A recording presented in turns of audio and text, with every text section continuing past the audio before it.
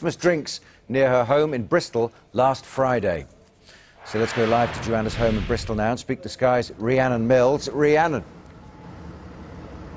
Well, this is even more heartbreaking and distressing, being at a time of year when so many of us are getting ready to spend time with our relatives. Instead, the parents of Joe Yates have found themselves caught up in this mystery of what exactly has happened to their daughter. Both of them, her boyfriend Greg and her friends, have been doing all that they can this week to try and find her, to try and raise awareness that she's gone missing. There are posters on every lamppost along this street. There's a website that's been set up. For all of them, though, Christmas really is on hold until they find Joe. I just can't bear the thought of it. Maybe she's out there somewhere by herself in the snow, frozen. It breaks me up. They should have been preparing for their daughter to come home for Christmas.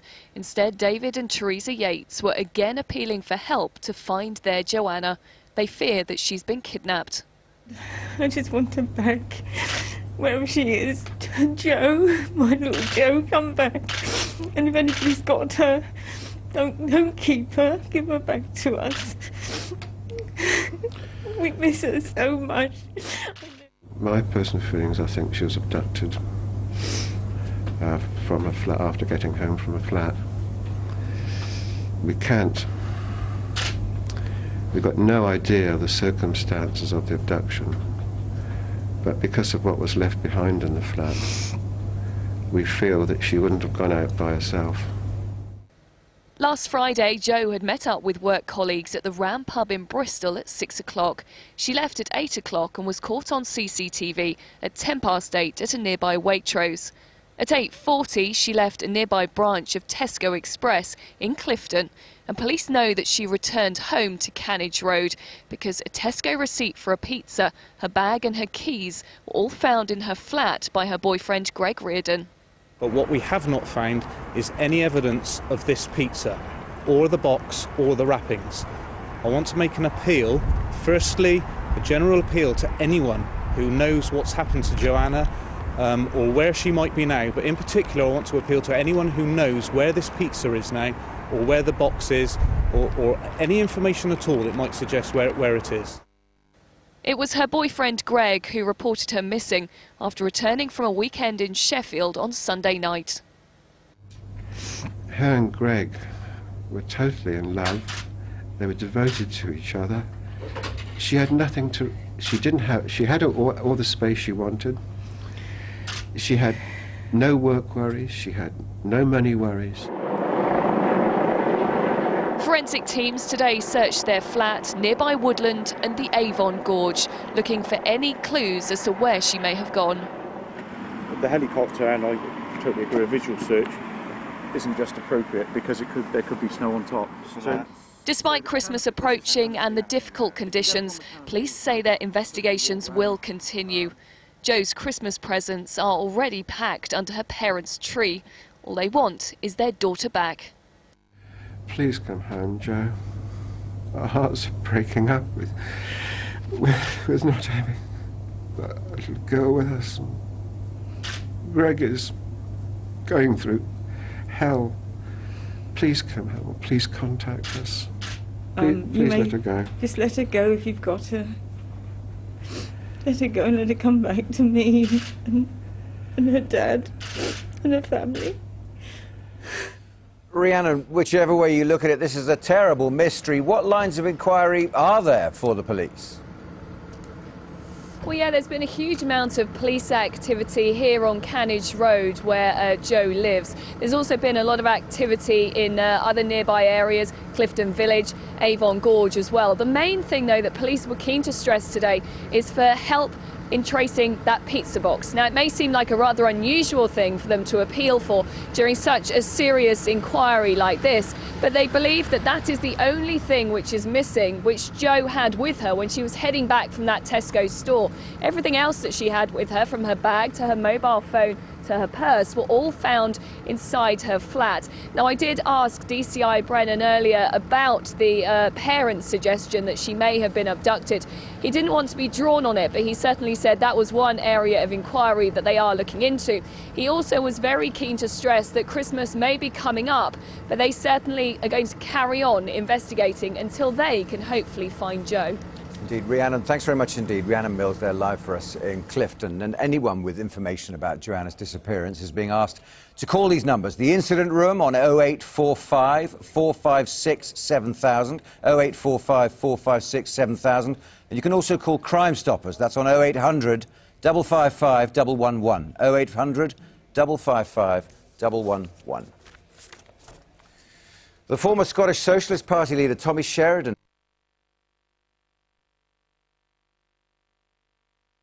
a problem they can put behind them. James, thank you. Well, how long can we expect the disruption to last? Sky's Rhiannon Mills is at the news wall with more. Well, let's show you the latest situation, shall we? Throughout the course of the day, the ash cloud has actually moved south across the UK. The thickest density is currently sitting over central Scotland and also northern parts of England. There is actually ash right across the UK.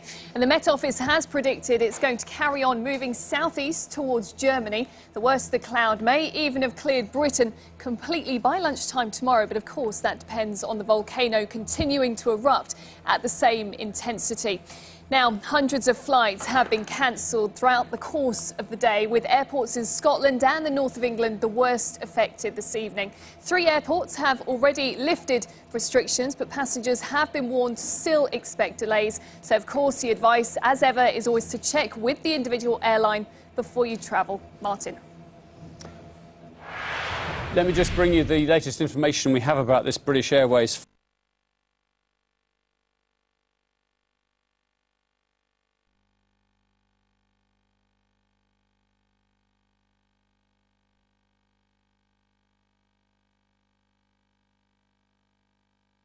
from the World Health Organization have said using mobile phones could increase the risk of certain types of brain cancer. A group of 31 scientists said handheld phones should be classified as possibly carcinogenic after they discovered some evidence to suggest that using the devices led to higher rates of glioma, a type of malignant brain tumour. Well, joining us now in the studio to discuss this is Sky's Rhiannon Mills. What should we make of this then? Well, I think what's really interesting is the World Health Organization previously have said that there is no established link between using your mobile phone and cancer, but now they're saying it is possibly carcinogenic after re-looking at this evidence and cutting the medical jargon, i.e. they're saying that there is possibly this link between an increased risk of a certain type of brain cancer and using your mobile phone. As a result, they're now saying that maybe we should think a little more carefully when we're using our mobile phones, possibly send a text instead rather than making that call, or use your hands-free kit instead. But the mobile phone companies tonight are probably inevitably saying that they're downplaying this. They're saying it's not based on any new scientific evidence. They're also saying that the cancer category that they're putting it into is the same as coffee and pickled vegetables, which is quite interesting. We've also heard from the Department of Health tonight and the Health Protection Agency, who are saying it's not actually changing their advice at the moment. They still advise precaution when you are using your mobile phone, especially when children are using mobile phones. But of course, with around 5 billion people, huge number, now using mobile phones worldwide, I think both the World Health Organization and the mobile phone companies are all going to agree that a lot more research has got to be done. Rhiannon, thank you. German authorities have admitted they can't be sure that Spanish cucumbers were the source of a deadly E. coli outbreak. 16 people have now died, and health officials are warning this number will rise as the outbreak spreads across Europe. Sky's Simon Newton reports.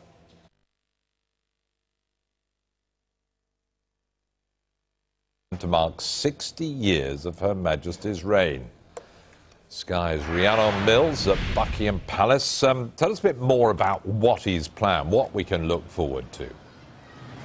Well, it's certainly going to be an incredibly busy weekend for the Queen, for the royal family and the rest of us as well. Let's give you a quick rundown of some of the things that are going to be taking place. Starting on Saturday, the 2nd of June, the Queen, it's a little bit of a treat for her to start the Diamond Jubilee weekend. She's off to the Epsom Derby to see the horses. On the next day, Sunday the 3rd of June, she's encouraging us to hold our own big Jubilee lunches. So get those trestle tables out, hold those street parties again and meet up with your friends and family. But at the same time, the Queen's also going to be taking the royal barge along the Thames in the Diamond Jubilee pageant, and that could prove to be incredibly spectacular. Around 1,000 boats heading up the Thames with her. Now, on Monday, that becomes a Diamond Jubilee bank holiday. There's set to be a concert at Buckingham Palace with tickets available in a public ballot. And at the same time, across the UK, there's also going to be 2012 beacons lit right across the UK. Now, a special treat as well on the Tuesday, we're also going to have another bank holiday.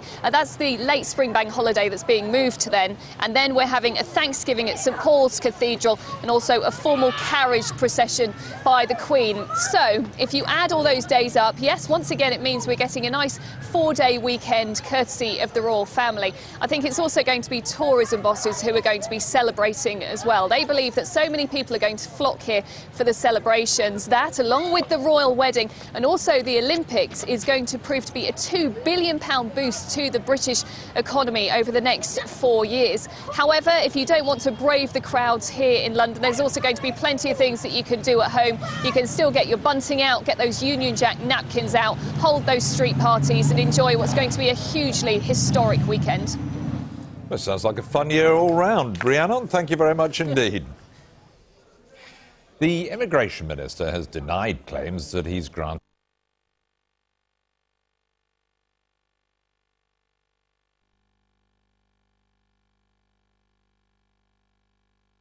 tickets for the Olympics. You weren't alone. It emerged today 1.2 million people have been left empty-handed, but there is now a second chance to attend the greatest show on earth.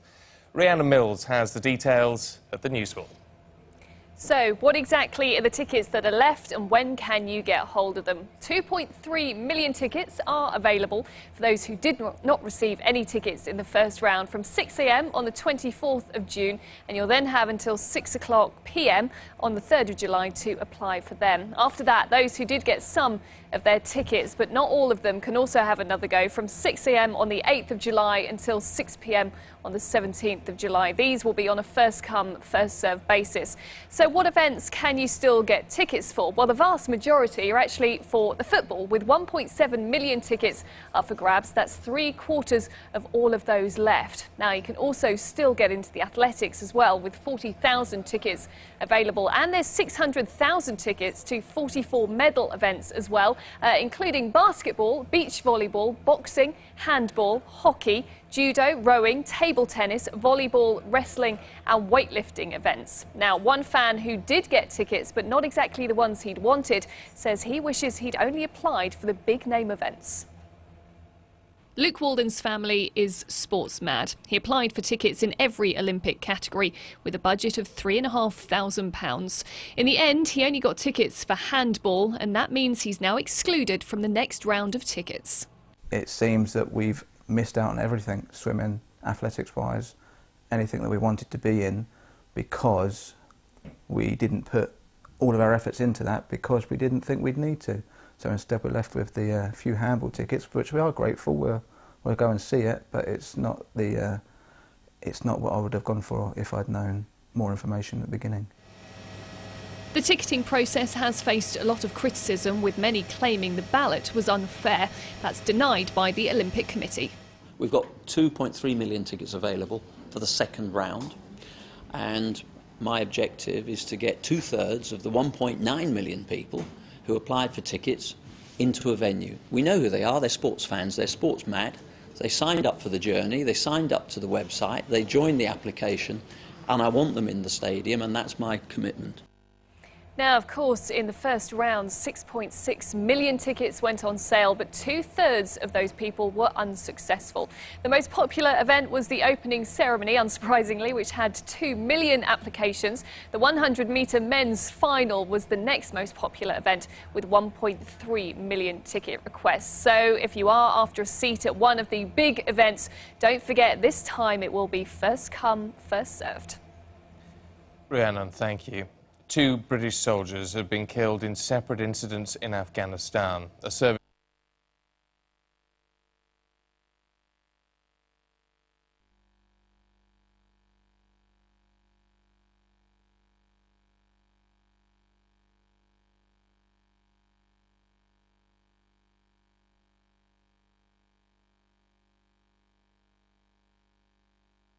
Quarters at Wapping, and Rhiannon, both Murdoch Jr. and Senior in the building behind you today. What's the atmosphere been like in News International? What sort of reaction has there been to today's events?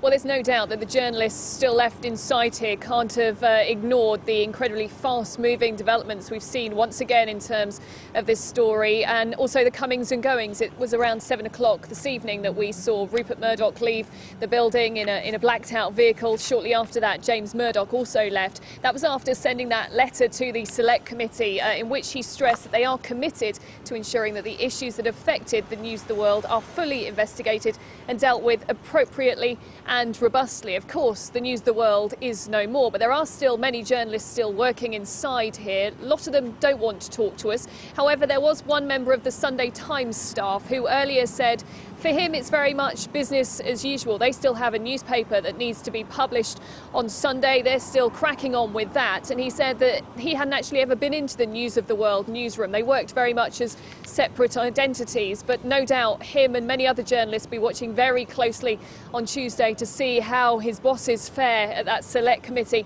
as the attention is still very much on News International and also the Metropolitan Police. Rhiannon, thank you very much. Meanwhile, the FBI has said tonight that it's investigating claims that News Corp tried to hack the phones of September the 11th victims. Well, live in Washington is our US correspondent Greg Milan. Greg. Well, sources at the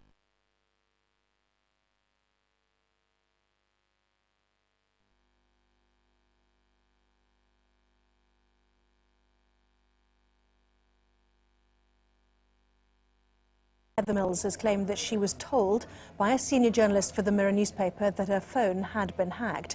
She says that parts of a message left by Sir Paul were read back to her in 2001. If true, it's a further indication that the phone hacking scandal involved newspapers other than the News of the World. Well, this is what Ms Mills said to the BBC's Newsnight programme. He started quoting verbatim the messages from my machine. He started laughing, and I said, "Why are you laughing?" And I said, "You've obviously hacked my phone, and if you do anything with this story," because they were obviously very private conversations about issues we were having as a couple, and I said, "Then I'll go with the police."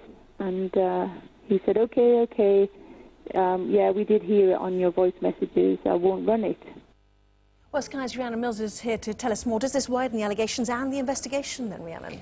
Well, certainly it is interesting tonight. Obviously, in the past, any phone hacking allegations have been against the News of the World, those lists that Glenn Mulcair had in his notebooks. But this does appear to widen the issue out. There have been mutterings ever since we've been talking about the phone hacking scandal, about whether it was going on in other parts of Fleet Street. And this certainly appears to be one of the first pieces of evidence that it may have been going on. Now, we have to stress that the senior journalist that Heather Mills talks about is not Piers Morgan. Piers Morgan was editor at the Daily Mirror at the time. However, this message that Heather Mills does refer to does seem to relate to one that Piers Morgan mentioned in an article in the Daily Mail back in 2006.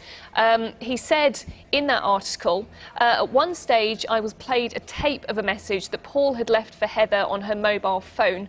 It was heartbreaking. The couple had clearly had a tiff.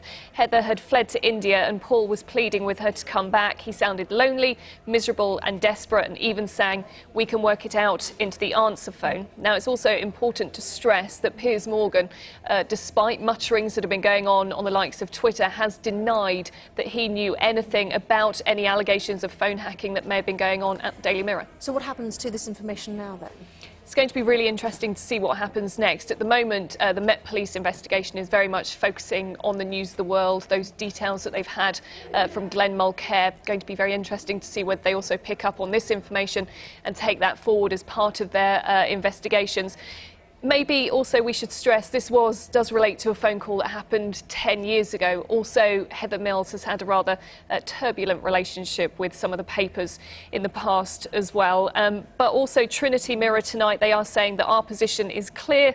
All our journalists work within the criminal law and the PCC Code of Conduct. Rhiannon, thank you very much indeed. The former Egyptian President Hosni Mubarak has denied charges that he conspired to kill protesters during the uprising against his regime this year. 6 months after being ousted from office, he was brought into a court on a bed and held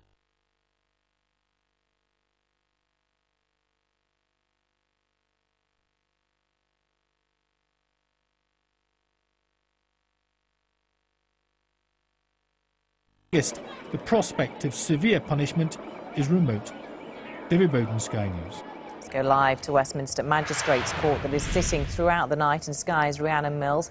Rhiannon, how many people have they dealt with so far, and how many do they hope to do so throughout the night?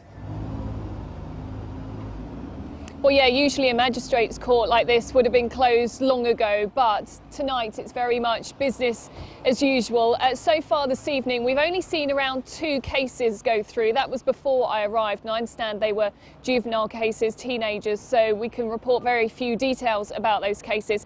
Since then, there's been a lot of rushing around, solicitors, court clerks, trying to find various bits of paperwork, and that's no doubt because there have been so many arrests over the last few days. They are dealing with a huge, unprecedented number of cases. But about 10 minutes ago, we did see a prison van arrive with a number of defendants inside. So I've got no doubt that over the next kind of half an hour or so, we should see more cases being processed. There's also a little bit of confusion about how many cases we could see dealt with this evening. One court clerk was saying they were told to expect up to 200 cases. A defence solicitor, however, said it was probably more likely to be around 20. We also this evening had an arrival from Keith Vaz, the head of the Home Affairs Select Committee. He said he went to Clapham earlier this evening and wanted to follow up that visit with a trip here to the magistrates to see how those arrested following those horrendous riots earlier in the week were being dealt with. Rhiannon Mills, Westminster Magistrates Court, thank you. Detectives investigating a serious assault on a man during the riots in Ealing on Monday night have released CCTV images of a suspect. He's described as black with a big build. He was wearing a white T-shirt with writing on the front and dark-coloured jumper over his shoulders. Police also wanted to speak to a potential witness who was at the scene. Anyone with information is asked to call the incident room on 020 8721 42.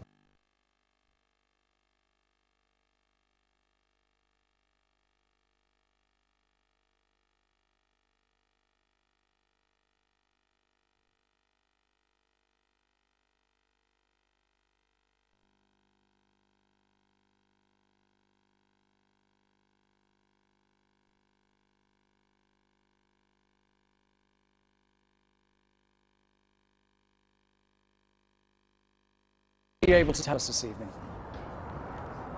Well, it was at about 2:30 this afternoon that this terrifying incident for people here happened. We understand that a man went into Carol Ann Hairstyling, the hairdressers involved, and then opened fire. As a result, 3 women are injured. One was shot in the knee. The other 2 women, one has neck injuries and the other has injuries to her arm, although we haven't been told whether or not they are related to the gunshots that were fired. But most importantly, we have been told tonight that they do not have life-threatening injuries as they're being treated at Royal Gwent Hospital. Now, also significantly tonight, the man that police believe carried out this attack, he hasn't been seen since then. They have launched a major police investigation to try and find him, and this is what they told me earlier. The man that was seeking in connection with this incident is believed to be in possession of a grey Mini Cooper car. Now, the registration number of that car is OE55CVB. Now, the last time that car was seen, it had a set of black furry dice in the windscreen. So we'd ask if anybody sees that car that they should contact us straight away. Now tonight the Malpass Road is still closed off. If I move out the way you can hopefully see Carol Ann's hairdressers. We've got forensic teams still looking around the area. We've seen a number of police officers looking in drains, obviously trying to get any evidence relating to what happened earlier this afternoon. But the fact that this is such a busy road, it is one of the main roads that runs through Newport, they're hoping may help them to trace the man who's behind this. Rhiannon Mills live in Newport. Thank you. The Duke and Duchess of Cambridge have met the parents of 3 men.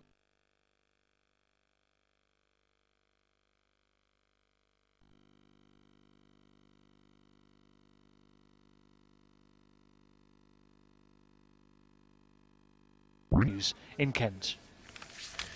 Well, there was better news today for people trying to fly, with most airports now back open, although many flights are still delayed or cancelled. Sky's Rhiannon Mills has been to Stansted to find out just what it takes to get the runways back up and running. It's been a long wait for some, dreaming of sunny destinations, instead stuck at Gatwick in the cold. Today the airport finally reopened. Although with a backlog of cancellations and delays, there was still no guarantee you'd be able to get away. We're on standby for 12:30, but that's been cancelled. So now they're trying to get us on standby for any other plane today. A bit of a nightmare, but hopefully we'll be flying out this morning. It's another delay for us, so we'll see what happens. There's no one here. We're just hoping that there's at least one person here who can tell us what to do. At Stansted Airport in Essex, it was cold, but they were keeping going. We went out with one of their snow teams. First stop, a check on the runway. I'm looking at the surface condition, obviously whether it's dry, wet, damp, that type of thing, snow covered. Industrial-sized de-icers are just part of their kit. They have 40 different vehicles just to deal with weather like this. Dealing with hundreds of their own flights and a few extra arrivals from the likes of Gatwick mean it's no small job to keep an airport like this running during these freezing cold temperatures. And just de-icing a plane like that can cost thousands, so a lot more than your can of de-icer at home. They haven't had snow as heavy as Gatwick and admit you can't be complacent. We've got the runway, we've got taxiways, we've got parking stands for aircraft, which are vast areas, all of which need to be de-iced regularly. So we have a team of individuals, we have 2 shifts that are working 24 hours a day, 20 vehicles with 20 drivers doing nothing but de-icing and de-snowing. It's a very complex and challenging thing to do. But with the cold weather continually catching us out, the travel industry want more money spent on equipment like this, even if it is old technology that keeps them flying. Rhiannon Mills, Sky News. And of course, for the latest weather alerts and traffic information, go to our website, skynews.com. You'll find all live updates on roads, airports and trains. Former Labour MP David Chaytor pleaded guilty to 3 charges of false accounting in relation to his parliamentary expenses. He's the first politician to get a criminal conviction following the expenses scandal last year. He'll be sentenced at Southwark Crown Court on January 7th. The head of the England 2018 World Cup bid team is calling for big changes in the FIFA voting process. Andy Anson said there's little point England bidding for the tournament again with FIFA reform. Ian Dubberston reports. Andy Anson shaking his head, still at a loss to understand why it all went so terribly wrong. England's bid chief has now spoken to FIFA members who promised but did not deliver. This is not our excuse at all, but they are saying to us that our media killed us. Now, I don't believe that. I don't believe that for 1 minute. You've given us a hard ride at various times, but I think we've had a good, fair ride as well, and we've had a lot of dialogue. That's what we're being told. Mr. Warner, good morning. Welcome to Zurich. It's clear Panorama was at the centre of Sepp Blatter's pre-vote evils of the media speech to delegates, and the BBC's website has now been inundated with complaints about the timing of its documentary. Meanwhile, the Sunday Times, whose successful investigation saw 2 FIFA executive members suspended, has defended its position. And as soon as the Sunday Times did its investigation that showed that 2 members of the FIFA committee were prepared to take bribes in return for their vote, England's 2018 bids should have said at that point, that's it. This is wrong. We're not going to continue to be involved in this, because by doing that, we endorse a corrupt process. The bid team, David Dean among them, set off for home with a sour taste in their mouths at what went on yesterday behind closed doors. With 2 members of FIFA's executive committee suspended, the remaining 22 had the vote, and the England bid team believed they could get support from as many as 9. But in the end, just 2 votes came England's way. One, of course, was from its own representative, Jeff Thompson. But while it's been suggested that Cameroon's Issa Hayatou, one of those accused by Panorama earlier this week, cast the other vote, Sky News understands it actually came from Japan's Junji Ogara.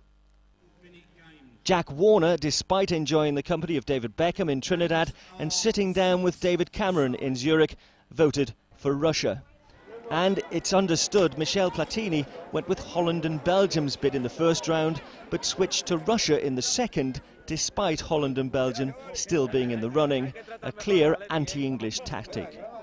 Jeff Thompson's influence on the executive committee is being questioned, but he has received support from the bid's vice-chairman. He is easily the most senior and influential person in English football in the corridors of international power.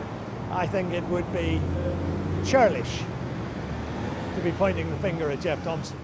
Of course, so many of the failed bids, including England's, are now asking FIFA to be more transparent in their voting process. But ironically, those bids, including England, are not prepared to be transparent themselves about the people who've lied to them. There is a more deep-seated problem here, though. English football is wholly unpopular within FIFA. Maybe we just have to accept that we're not very well liked. I don't think many people like the English for some reason. FIFA prides itself on fair play, but World Cup bidders from Australia through America to England and beyond would beg to differ. Ian Doverston, Sky News, Zurich. Britain's military operations in Afghanistan have been harshly criticised by the country's President Hamid Karzai and also the American commander of NATO troops. Secret US embassy cables obtained by whistleblowing website WikiLeaks report conversations in which Mr. Karzai said Britain wasn't up to the task of securing Helmand province without support. 2 British helicopters have been dispatched to Israel to help tackle a massive forest fire that's killed 41 people. Among the dead, a bus full of prison guards who were trapped when a burning tree blocked their route. Firefighters from Russia, Bulgaria, Jordan and Greece have arrived in the country now after Israel appealed for international assistance. The second Ashes test resumes at midnight in Adelaide, with England looking to press home their advantage. Australia were bowled out for 245 on day 1 as they made their worst start to a test innings in 60 years. England closed on 1 without loss. The Premier League game between Blackpool and Manchester United is the biggest casualty of the freezing conditions so far. 24 Football League games have been called off. Just 1 game in Scotland is going ahead. And the Davis Cup final between Serbia and France stands at 1 rubber apiece after the opening day singles. Novak Djokovic beat Gilles Simon to level the tie in Belgrade. Serbia have never won the Davis Cup. There'll be icy conditions for many this evening and overnight as rain, sleet and snow spreads across England and Wales, although southern areas and coastal parts will generally have rain. Wintry showers will affect Scotland as well. Meanwhile, further rain will move into parts of Ireland. Saturday will begin frosty, icy and rather cloudy, but rain will soon clear southeast England, whereas rain across Ireland will spread into Wales and western parts of England, with snow over the Pennines. It'll be another cold day away from the southwest, and although Scotland will be brighter, there'll be some heavy snow showers in the far north. Rain will return to eastern England later, but Ireland will become mostly dry, and there'll be widespread icy roads once again, with fog in places. Check out our website, skynews.com. You'll see roaring back from bankruptcy, the film studio's getting a new lease of life. Coming up, royal retirement, the ship that's pulled into dock for the last time.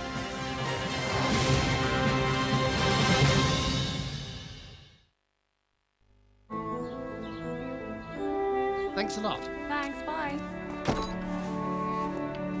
Yes? They're happy. Perfect. Hey, Steve, we're on.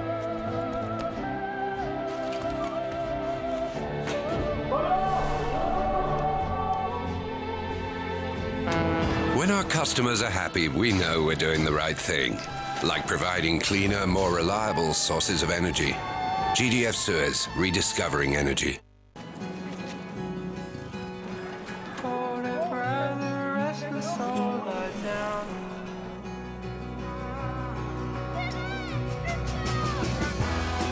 Every day holds promises and challenges to be met. At the BNP Paribas Group, we understand it takes everyone to move the world forward. So let's keep trying, let's keep dreaming, let's keep reaching.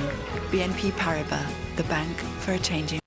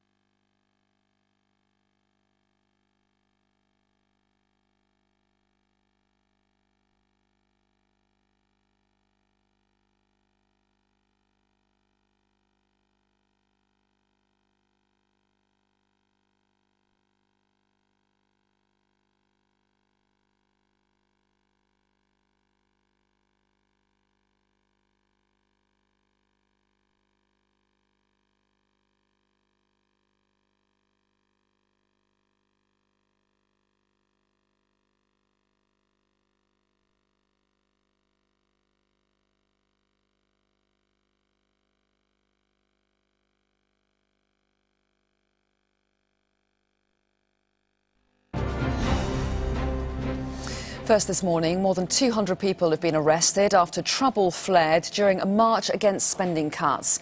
A breakaway faction of protesters went on the rampage for hours through central London, attacking banks and well-known landmarks.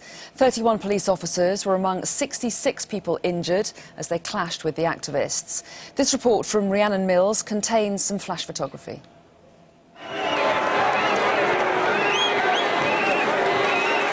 The violence went on well into the night, against the backdrop of some of London's biggest landmarks. The result, hundreds arrested, police and protesters injured, and this morning a huge clean-up operation is underway. It's hard to believe in lots of ways the amount of mess and damage that's been left behind by this group who are obviously so intent on causing so much trouble this weekend. It's the banks and the retailers who are going to be facing some serious bills, but this group really have managed to leave their mark. Earlier in the day, more than 250,000 people had hoped that it would be their message making the headlines.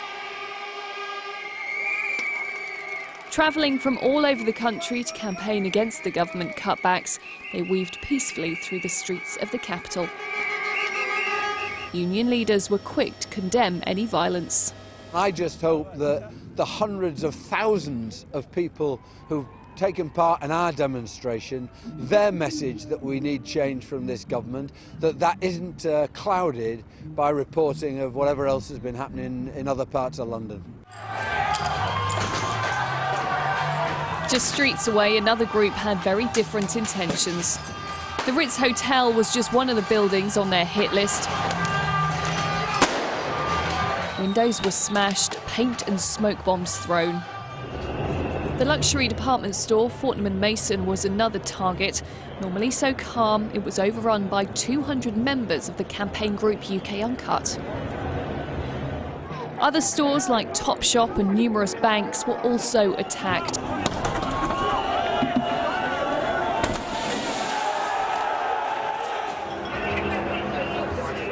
For officers on the front line, it was a dangerous place. We have had quite a lot of horrible things thrown at police officers, including light bulbs with ammonia in them, petrol bombs. We had an officer could have been badly hurt, but fortunately was put out before it got too injured. So fortunately, no one's seriously hurt. It's buildings that have been damaged, but they can be repaired. As more missiles were thrown and some tried to damage the Olympic clock, the lines of riot police went in. Containment was always meant to be a last resort. This group of demonstrators have been contained here at Trafalgar Square after running scuffles broke out between the police and the protesters, and it was scenes like this that the Met Police were so keen to try and avoid. More than 200 arrests have already been made. Video evidence taken by police could lead to even more. What am I doing? I haven't done anything. I'm just covering my face. But this morning they'll also be focusing on how they can stop further scenes like this, aware that more protests are planned. Rhiannon Mills, Sky News. And just to let you know, you can get all the news and reaction to yesterday's protests on our website. That's at skynews.com. And we'll have more of the day's news very shortly, as well as a look at the front pages of Sunday's papers. But first, let's cross live to Jeremy Thompson, who's in Tripoli for us this morning.